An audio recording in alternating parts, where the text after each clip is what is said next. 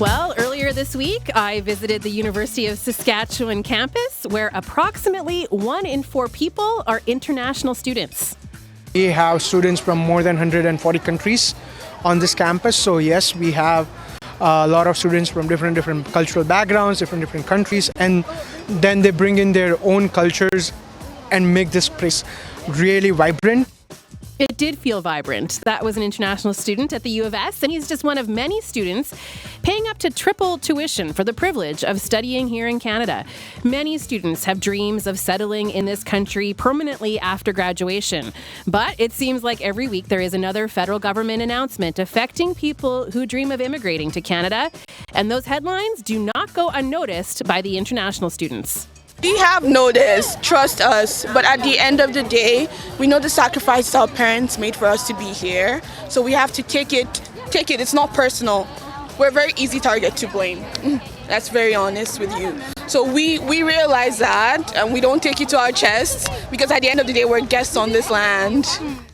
And so today we're checking in with campuses across the province to find out how the high number of international students is shaping Saskatchewan post-secondary institutions and the communities they're in. As always, you can join the conversation by calling 1-800-716-2221. You can also email bluesky@cbc.ca.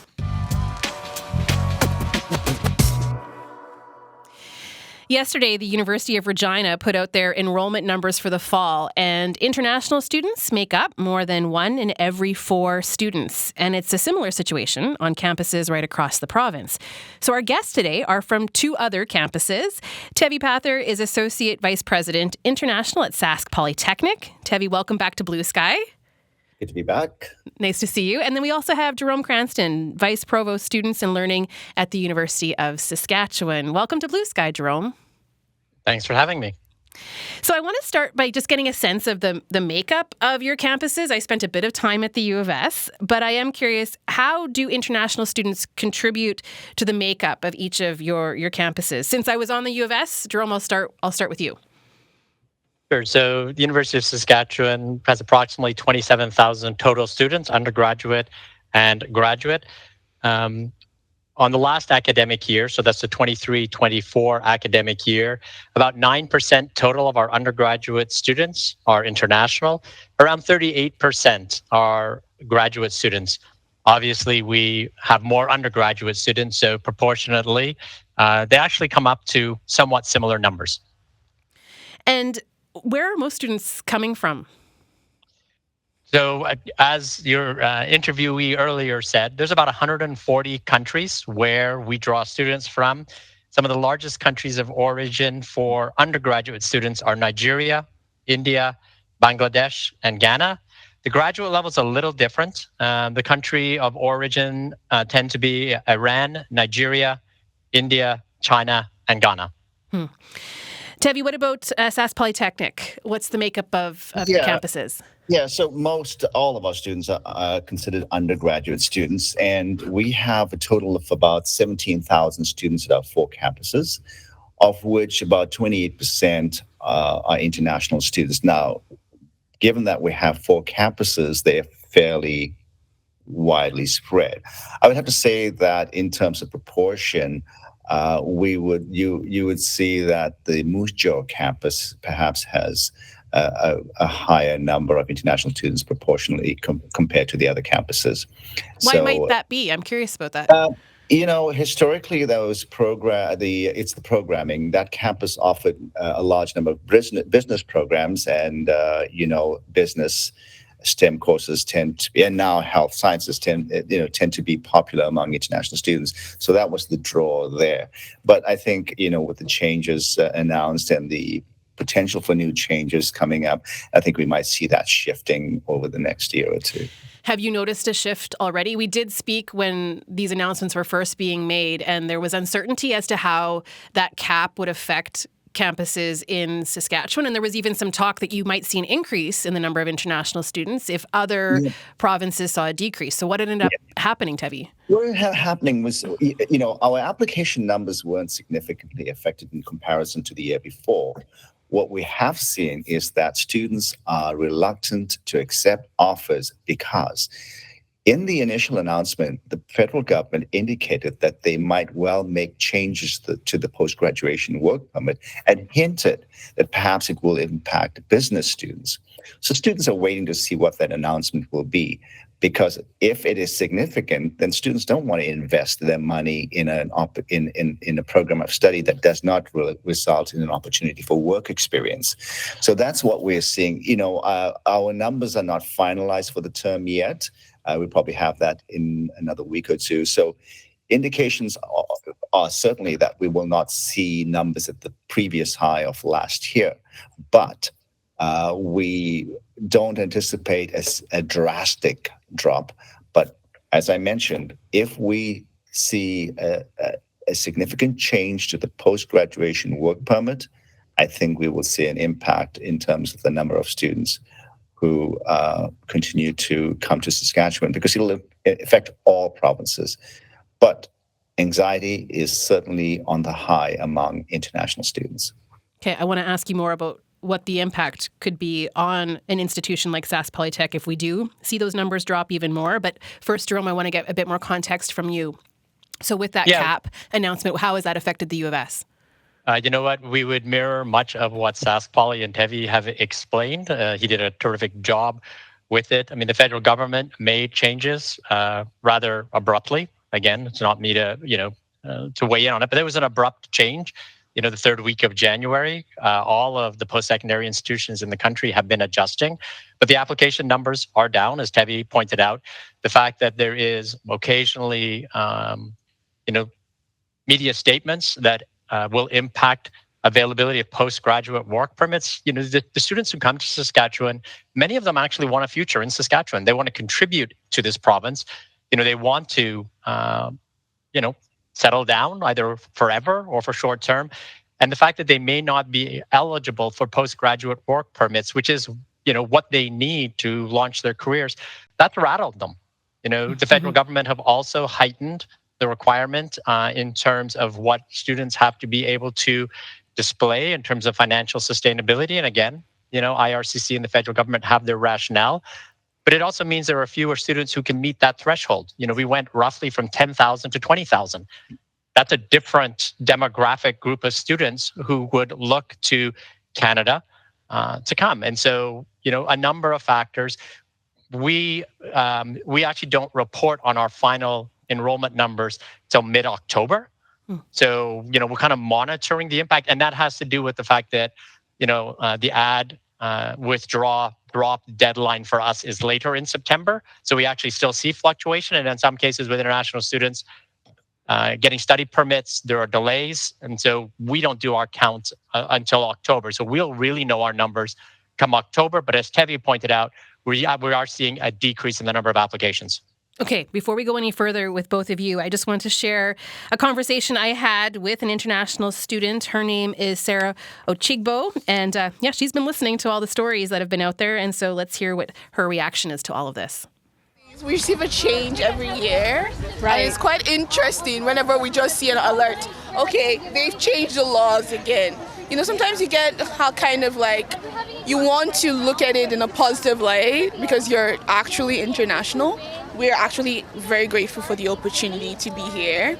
But sometimes we feel like we get negative press, like, oh, immigrants are stealing our jobs. I'm like, we only work 24 hours, people.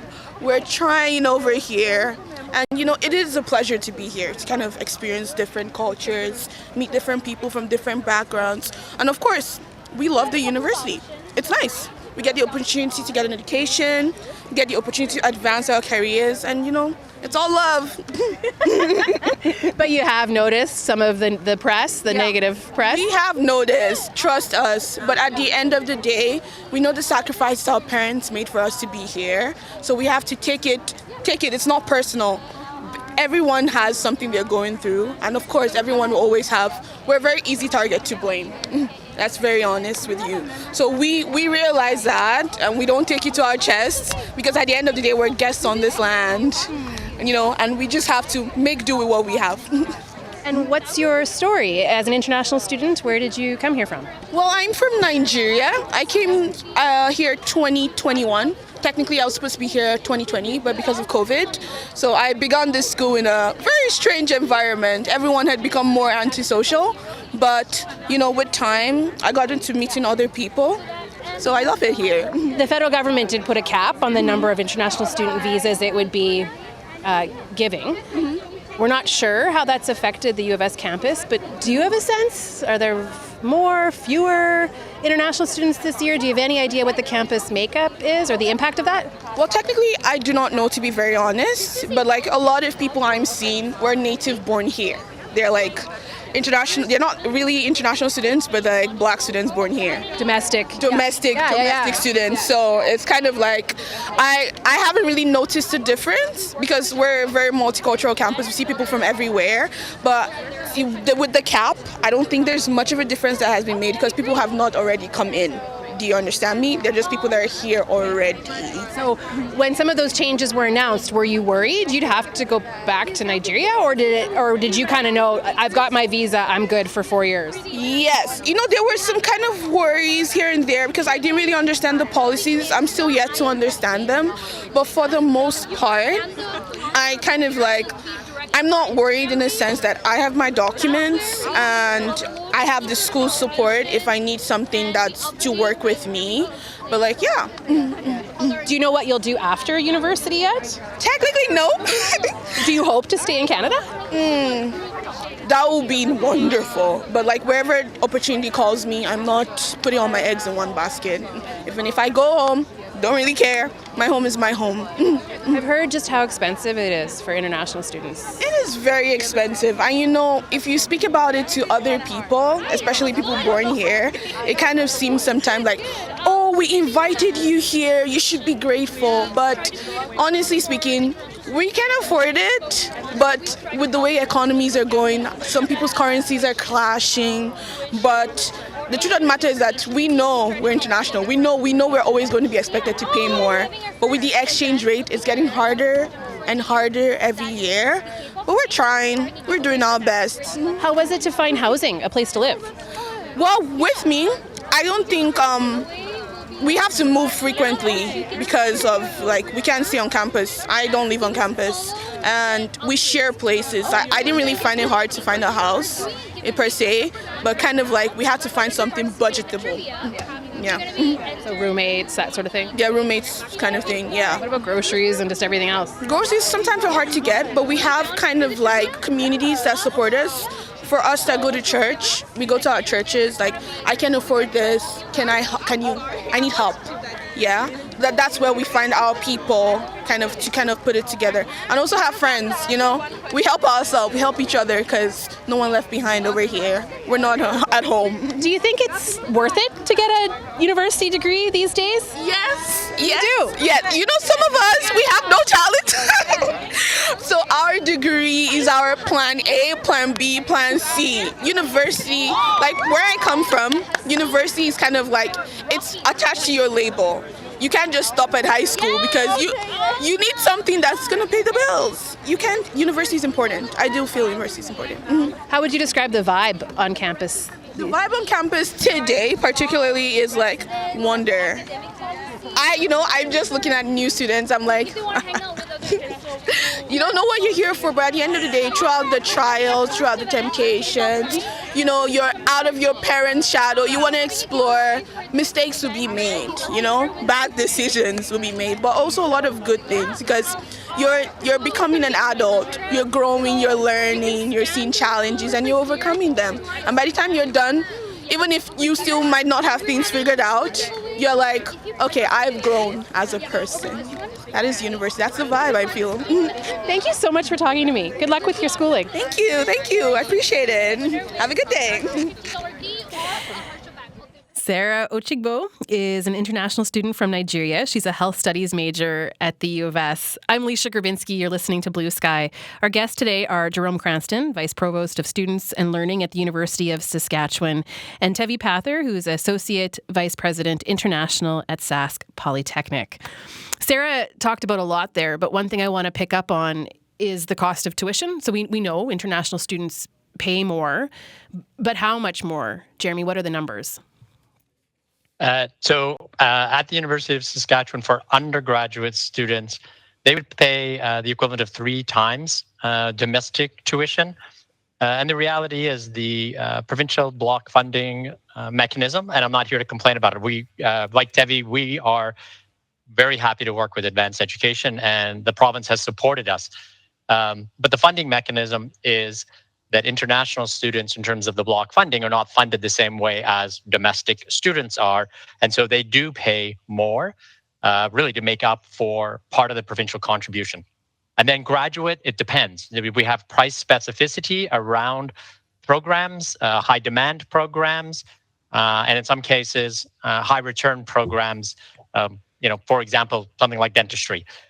So there's a variable piece. Our PhD students, the ones who are going to help move Sask as a research-intensive university, pay no tuition differential. So our international PhD students pay the exact same tuition rate as our domestic PhD students. And that's because as a U15 research-intensive university, we want to make sure that we open the doors globally to the best talent we can bring in. So from a tuition perspective, we look at undergraduates, then we look at graduates. They may be in professional programs or more research-intensive programs, and then PhDs, no tuition differential whatsoever. Tevi, similar or different at Sask Polytechnic? It varies. It's a differential. First of all, the intent is to recover costs, so it's full cost recovery. Our tuition ranges from anywhere from 2.5 to 3.5 differential. It depends upon the program. We have about over 65 programs available to international students, off about 180, and so it depends upon programs that have more intensive lab work is going to probably cost more. So that's the difference. But overall, I think comparing our tuition at U of S, U of R, U of Sask Poly, we are on the lower end of the spectrum compared to Ontario, BC, Nova Scotia, etc. I don't know if I fully understand the funding model of a university or of an institute like Sask Polytechnic, but I'm familiar with the narrative that's out there that universities are becoming more and more reliant on tuition fees from international students, that we've seen funding drop from the province. And so how do you make up that shortfall? I've heard that. Whether or not that's true, I don't know. And so I want to put that question to both of you. Just how reliant are your institutions on the tuition that international students pay? Jerome? So I wouldn't say we're reliant on it in the sense of, some sort of deficit model that they're making up for a shortfall. That's again, I know that's the narrative. And, I think that the truth is, and I appreciate, the opportunity to do this at a provincial level, Saskatchewan is different than other places in the world. Tevi spoke about, BC, Ontario, Nova Scotia. I'm not here to complain about the provincial funding mechanism, not whatsoever. And so, even in this fluctuation, Sask will make adjustments. We won't suddenly turn around and change the tuition price structure. We're really happy to have this 4-year stable funding mechanism with the province. It's given us some stability if we pass the stability on to the students. So, we are appreciative of it in the sense of that, Sarah and others want to come here. I'll be honest, and we don't anticipate that they'll all stop coming, but we don't think we're going to turn around. Should there be fewer numbers, that we're going to turn around and dramatically change international student differential. But what could happen if you see a larger decrease in the number of international students coming to the U of S? What is the impact of that on the U of S? What could the impact be on the U of S? So the U of S, over the last 2 years in particular, has gone through really detailed analysis of its financial position. We've looked at, what do we have at an operating level? What do we have in terms of the reserves? Because, post-secondaries, we do mitigate over the fact that there could be fluctuations. We see those all the time. And so we're not anticipating that this would cause us any dramatic shift. You're asking a fair question. Till we get to October, and I actually can see the head count, I'm really sort of, giving you the best answer I can in the darkness of not actually knowing what the impact would be. By the third week of October, we'll have a pretty good understanding, and that would hit us November is what we refer to as our Q2 financial reporting structure. If we have to make adjustments, we'll start making adjustments November into December. I'm Leisha Grabinski. This is Blue Sky. If you would like to join the conversation that we're having today on the show with Jerome Cranston, Vice Provost Students and Learning at the University of Saskatchewan, and Tevi Pather, Associate Vice President, International at Sask Polytechnic, you can pick up the phone and call us. You might be an international student listening, and you might have some thoughts on what you've been hearing. 1-800-716-2221. You can also email bluesky@cbc.ca. So, Tevi, how reliant is Sask Polytech on international students, on the tuition that they pay? Well, you might recall at the last time we chatted, I mentioned that this province, when it comes to post-secondary, is very well funded compared to some other provinces. In terms of the reliance, it has to do with the ability to offer programming. So, I'll give you an example. I mean, we're an applied learning institution, and enrollment tends to go up and down based on the economy. When the economy is robust, students want to get out and work. We offer mainly 2-year programs, 3-year programs. So those students see an opportunity. So what might end up happening is that you will find that we will have lower enrollment in certain program areas. If we can't reach a certain threshold, we can't run that program. So with international students, we can fill those seats. And the result is that all domestic and international students will have an opportunity to enroll in that program. So that if we reduce the number of students, international students, and we have seats available, we'll have some challenges in offering programs, especially in the smaller communities. We are running programs in our Prince Albert campus that we would not have been able to run had we not been able to offset it with international students. So, but there is a financial impact, certainly. We do look to the revenue to top up some of the activities we want to do, and in terms of supporting students, etc. So certainly, I mean, the Rosalind Coonan Economic Impact Report of 2022 indicated that the net revenue contribution from international students to the economy of Canada is close to $40 billion. 23-24, we saw an increase in the number of international students. Probably it's $50 billion. For the province, over $500 million. So it will not only impact the institutions, it'll certainly impact communities. I think we talked also about the support international students provide in terms of keeping some businesses open. Okay, that leads to my next question. Is there any risk that we are selling or advertising a dream almost for international students to come to study in Saskatchewan, and that will lead to a job and financial prosperity and a wonderful life in Canada? Is there any risk that that's the message we're putting out to international students, and then they come here and it may not be as rosy? I'm curious what your thoughts are on that. Jeremy, I'll start with you. Sure. I don't think we are selling a false illusion. I absolutely don't. The province of Saskatchewan, in terms of its growth plan, has indicated, and I forget the exact number, we're talking about 120,000 jobs that need to be filled. And our domestic growth can't do that. Like, we actually need to bring this talent in to the Sask Polys, to the U of R, to USask, to the smaller colleges. And to be clear with people, we're talking about educated people who are going to be educated, because the changes to the temporary foreign worker program is more focused on low-paying jobs. Correct. And that has been kind of scaled back because of high unemployment in some communities in Saskatchewan. So what we're talking about right now is specialized, highly educated people. Just want to make that clarification. And so absolutely. So folks who will, as Tevi pointed out, applied trades, technology, some business programs for you, Sask. It's health. There's shortages throughout the healthcare system, and with our programs in medicine, dentistry, nursing, I mean, we will help prepare that workforce. Teachers, we continue to be challenged with producing enough teachers in this province, and we have a growing population that is international. And the complexity of the classroom, well, it ought to look like the complexity of the work floor. So there are jobs, as Tevi pointed out, there are communities that would benefit from some migration into those communities. So in Saskatchewan, I think we are positioned well. What ends up happening is, and the truth is, we hold about 3% of the national population.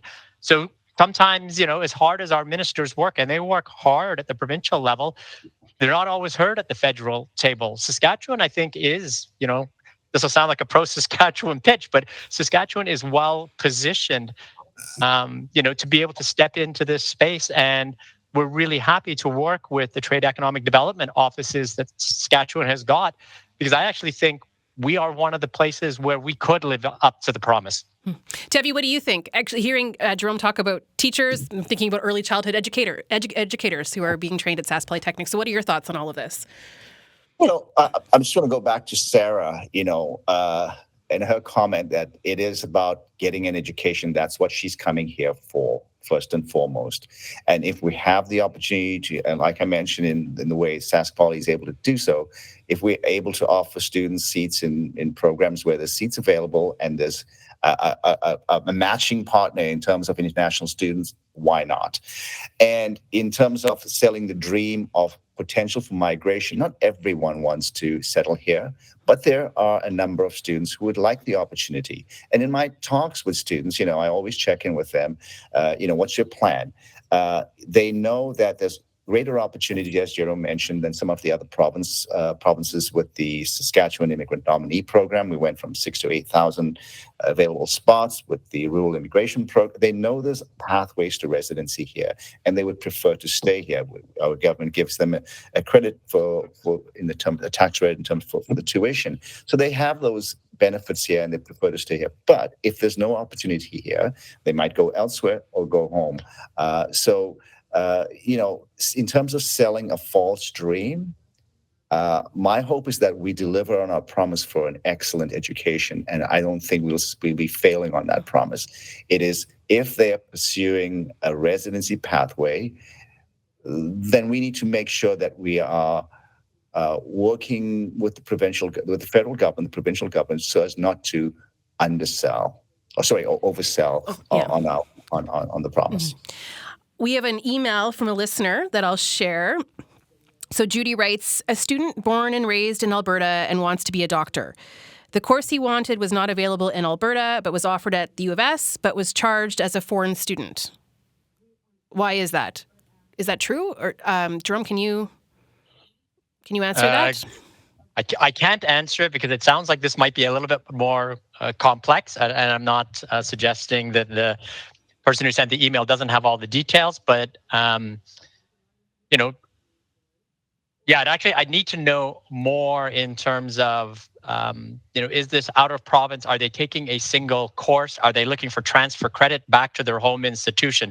Because those things, again, they get complex. If they're not a USask student and they are registered at another post-secondary and taking the course simply to transfer the credit back to their home institution, then yeah, we do treat it differently. Because again, it's different if you're coming to USask to be a student at USask and study at USask versus I need a course. I'm at the University of Alberta, Calgary, wherever, and I just want to take the course. So I'm going to be slightly, evasive in my answer because I actually don't know more of the details. But even that does provide a bit of clarity, though. And so I'm just going to a side comment. My daughter went to an post-secondary institution in Quebec. She paid more in tuition than an international student. Oh. Just saying. Why? Yeah. Why? They have different rules, different policies there. So she was out of province, but they have for students from certain countries in Quebec, France, some francophone countries don't pay the full cost of tuition. Right, because of language and stuff. Okay, that's interesting. Probably do a whole show on that. That's quite fascinating. Before I ask you a few more questions, I want to share with you a conversation I had with a different student at the University of Saskatchewan. This person is an international student, but also USSU's president this year. And so he has a pretty interesting perspective on things. Let's listen. I'm from India.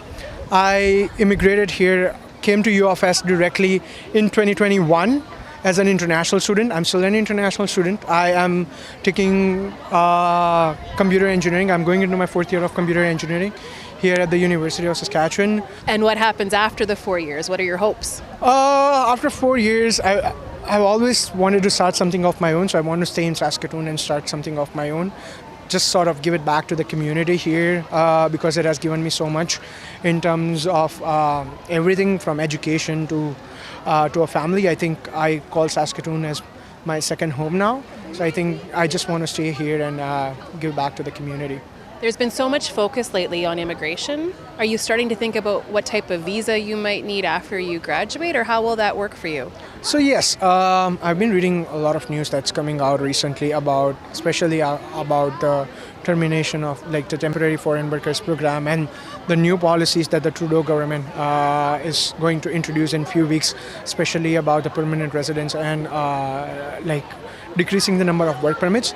I am a bit concerned, I'm not going to lie. I'm a bit concerned about myself and all the other international students because we don't come with that hope that we want to stay in this country, but then we become adults in this country. We have all of our lives that we experience here. We grow up in this country, so we want to stay for some time. We want to work here.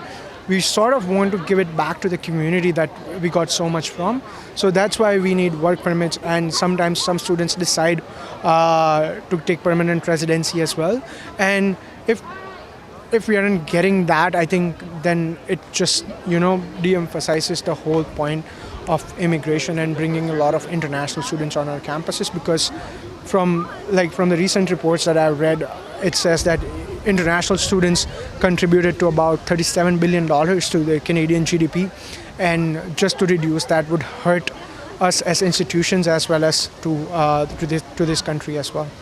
A lot of international students have this uncertainty in their mind that what's going to happen, because what we have seen during the last year or so, it's like every few weeks there have been new immigration changes, like policy changes in the immigration for students as well as for other folks who have immigrated to this country, and that's concerning to all the international students.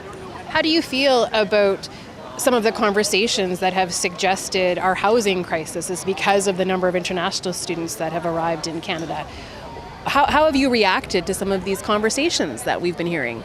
Well, it's not just international students, right?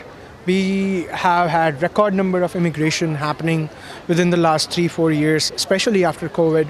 But then when they made such policies of allowing so many people to come into this country and immigrate to this country, they didn't think about the housing market. They didn't think about building that many houses. So I think more of it as a failure of policy rather than saying that this particular group of people is the reason why we are having housing crisis in the first place. Because when you make policies where you want to allow more and more people in a country and you do not have adequate resources, that's where a lot of these things happen. So that is Krunal Shavda talking there, saying he feels this is a policy failure. He's president of the University of Saskatchewan Students' Union. But then he continued to talk about housing and his concerns around affordability. Housing affordability is one of the biggest issues that we are tackling right now. All of the students are concerned about it. A lot of with the rent increases and basically the students having to choose where whether they should live on campus, off campus, or away from campus and commute to campus right from wherever they are living. I think students have to make active choices where they are cutting down on their additional expenses that they do outside of just their basic expenses of tuition, groceries, and housing, and that's kind of affecting our campus engagement as well. Yeah. Whether they're an international student or a student who's grown up in Saskatoon and they're looking for a place to rent away from home. Yeah, that's absolutely right, because we see a lot of students on day-to-day basis where they come to our front desk just having no idea where they're going to live, and it makes me sad. It makes me concerned about them because they are away from homes, they're away from their family, and when we are not able to support those students, I think that just creates a negative experience for them. Krunel Shavda is president of the University of Saskatchewan Students' Union. Our guest today, Jerome Cranston, vice provost, students and learning at the U of S, and Tevi Pather, associate vice president, international at Sask Polytechnic. So, Jerome Cranston, I'm wondering how you would characterize housing right now and the amount of housing available for students, and how the U of S has tried to make sure that students who are studying have a place to live. Yeah, so currently we have an inventory of 2,300 beds. So 2,300 spaces, either double rooms, single rooms for students. So about 9% of the total population. USask went through fairly significant transformation between 2010 and 2014, where we added 1,100 beds. So it's interesting, and Cornell is wonderful. I actually was in a meeting with him this morning. So let me tie back to one of the earlier things you asked. We will have a better sense come October. We anticipate we're actually going to have fewer international students on campus. And so we run at 100% occupancy. And I can tell you, I did a check-in last Friday with the folks in residence. We'd only heard from 3 international students who hadn't found accommodation at that point in time. And so either private or through university. Now, again, we got decreased numbers. So we're not sure that the crunch on campus, our housing, I can tell you, in Saskatoon, we're below market value. So if you want to live in residence here on campus at USask, including College Quarter and some of the extended, you can get housing. We're at 100% capacity. Like I said, we've only heard from 3 individuals, but the price structure is we're below market value on a rental. Now, the truth is the city of Saskatoon has actually seen home valuations go up. I think I saw something come out last spring that among cities in the country, and I'm going to say this on air and someone's going to quote me. I think I heard between 6 and 7% was the increased home valuation. Increasingly, homeowners in Saskatchewan, and with good intentions, nothing wrong with them, are including basement suites, lock-off suites. And so, they are increasing supply, but it's a supply-demand characteristic for both international and domestic students. And so is it getting a little harder to find a place at an affordable level in the city of Saskatoon? It is. I'm also going to give kudos to the city who, accessed the federal accelerator program and will be increasing housing in the city. So Cornell's not wrong. It's a complex problem at USask in terms of our actual dorm bed availability. We're in pretty good shape. Could we use another residence? Yeah, we probably could use another residence. The reality is you're looking at a 30-year, 40-year mortgage process, though, in terms of building a new residence to actually paying for the residence. And so, as we see fluctuations in enrollment, it's a pretty tough decision to build a new residence when you actually don't know, based on federal changes to international student caps, are you actually going to have enough students to sustain the residence? Oh, interesting. Tevi, when people study at Sask Polytech, where do they live? And you are different than the U of S in that you, like you've said, you've got students in Moose Jaw, Prince Albert. So what's housing like for your students? Yeah, as you mentioned, we're commuter-based. We have commuter-based campuses. We have a residence in Prince Albert, but fairly small. Most of our students find accommodation in and around those communities they study in. As Cornell mentioned, affordability is an issue. Jerome mentioned that too. It's the cost of accommodation has significantly increased post-COVID, and students are finding it more difficult to find affordable housing, and that's why move to shared accommodation. They're not looking for single bedroom apartments anymore. They're looking for shared accommodation.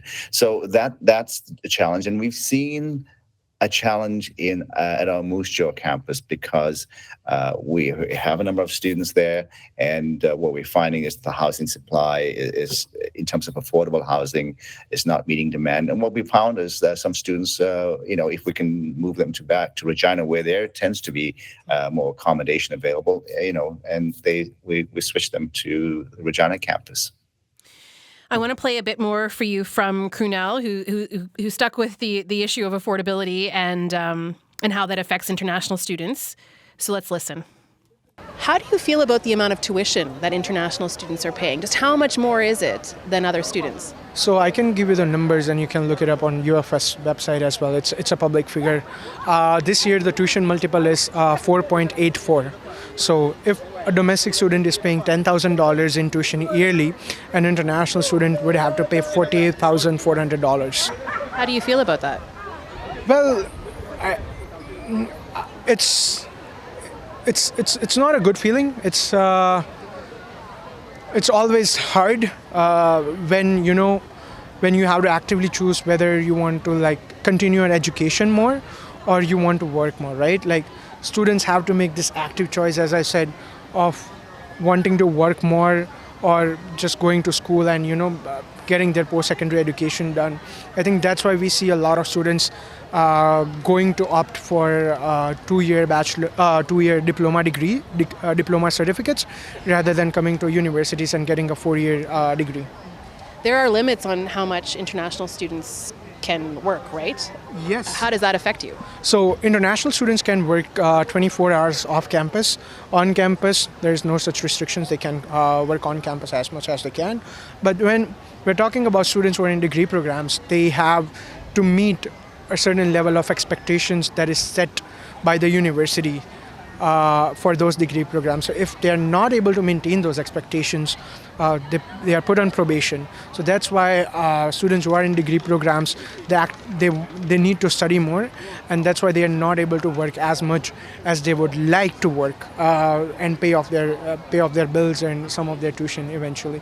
So international students, most of them choose to work during summer because summer is a break time and they can work full time. I believe the policy changes were recent, like they happened in summer. Before that, international students were allowed to work 40 hours a week, but then now they have reduced it to 24 hours. That is Krunal Shavda. Jerome Cranston, I want to ask you about that, about work and the limitations on international students. And we don't have a ton of time, but why? Why is there that limit on how much international students can work off campus? Well, so that ends up being a federal policy. It's not an internal policy to either USask, Sask Poly, or the province of Saskatchewan. The feds have made that determination. And I think, with good intention, they want students to come and be students. Tevi talked about this. We are inviting students. As post-secondary institutions, we're not trying to provide, labor. And so I think the feds made decisions, and Krunal is right. The policy changes have been sometimes really swift, and we all try to adjust. It's tough. I mean, in terms of price sensitivity, affordability, I hear exactly what Krunal is saying. I meet with students regularly. We are trying to make this, in terms of long-term strategic planning, as affordable as possible. Students want to work. I would say, I think the feds were probably slow in making the adjustment in terms of a financial means test. They increased it. It was actually quite low in the past. So students were able to get study permits and then visas with very little financial means. Mm-hmm. They've increased it now. And so I think Krunal is also speaking from a time where, you needed, tuition and $10,000 in the bank, which would not sustain you. Like it's virtually impossible. Yeah. The feds made the change to 20,000. So now students at least have their eyes a little wider open in terms of what they need to have available to make this work. So, Right. So that paints a more realistic picture of how much money you need to live in Canada and study. Yeah, and Tevi, I can see you nodding along, but I want to play you one last clip from Krunal, because I think this is a really good way to end the show. So let's listen to one last thought from Krunal. Do you still think it's worth it to get a 4-year undergrad degree? What about postgraduate work? There's a lot of conversation right now about, is it worth it to get a university degree? Will it pay off? What do you think? Well, I always talk about return on investment, of how much I'm investing and what I'm getting in terms of that. I would say the answer is still yes for me, just because I'm doing a degree and a lot of my friends are doing a degree, and I've seen how different life trajectory people have when they are in degree programs as compared to when they're in diploma and certificate programs. I think especially if you're taking a degree in something which is skill-based like engineering or some of the high-demand professions like nursing or dentistry or anything else, I think it's super important. And your return on investment on those degrees is far more, and a lot of doors open up for you after your university degree. If you don't have one, if you have a diploma or certificate, or if you completely do not have one university degree, then those doors kind of remain closed for you if you want to continue with your masters or you want to go anywhere in the world. So if I say that if I have a university degree, I can go anywhere in the world and study if I want to, and that adds some sort of credibility to my qualification. Krunal Shavda. So yeah, people, sure, they can go to school for the joy of learning, but a lot of people there want to get a job. And so because Krunal's talking about university, Jerome, I'll start with you, but then Tevi will end with you. So Jerome, is it worth it to get a university degree? Will it get you a job? Yeah, so you know what? We've actually done the analysis. Universities Canada has done the analysis. The return on investment long-term for somebody with a undergraduate university degree is in the hundreds of thousands of dollars. And so we always recognize that coming out of high school, in some cases, you can get a decently paying job. But longer term, you will earn back in the hundreds of thousands of dollars more with a university degree than without one. And so, in terms of joy of learning, yes. But in terms of, return on investment, which is one of the things Krunal talked about, the answer is also yes. Tevi, what do you think? For a person to get a certificate from Sask Polytechnic, will they get a job? Certificate. I mean, many of our students choose us because they see the duration and the cost, works out, and we have a 97% graduate employment rate. So they know that is very high. It's very high. They know that when they graduate with a diploma certificate from here, the chances of them getting a job quickly is really, and as Krunal mentioned, students have that choice. If they don't want to invest, thousands of dollars in a 4-year program, they have a 2-year program too that they can invest in with a very quick risk return on investment. This has been so interesting. I appreciate you at a very, very busy time of year giving us this hour of your time to help me better understand some of the issues on campus. We hear a lot of noise sometimes, and to sit down with both of you and get a better understanding, I've just so appreciated this. So thank you. Jerome, thank you. You're welcome. I appreciate it, and it's nice to see you, Tevi. Tevi, thank you so much, too. So good to talk with both of you. Yeah, thank you. Bye. Jerome Cranston, Vice Provost, Students and Learning at the University of Saskatchewan, and Tevi Pather, Associate Vice President, International at Sask Polytechnic. I'm Leisha Grbinski. This is Blue Sky. Tomorrow we're talking about running. You may have noticed the uptick, right? Maybe a friend of yours took up running and then they brought out a friend. Maybe you're running now too. We'll take the pulse on running culture in Saskatchewan and how the community has changed recently. So that is tomorrow between 12 and 1, right here on CBC Radio 1.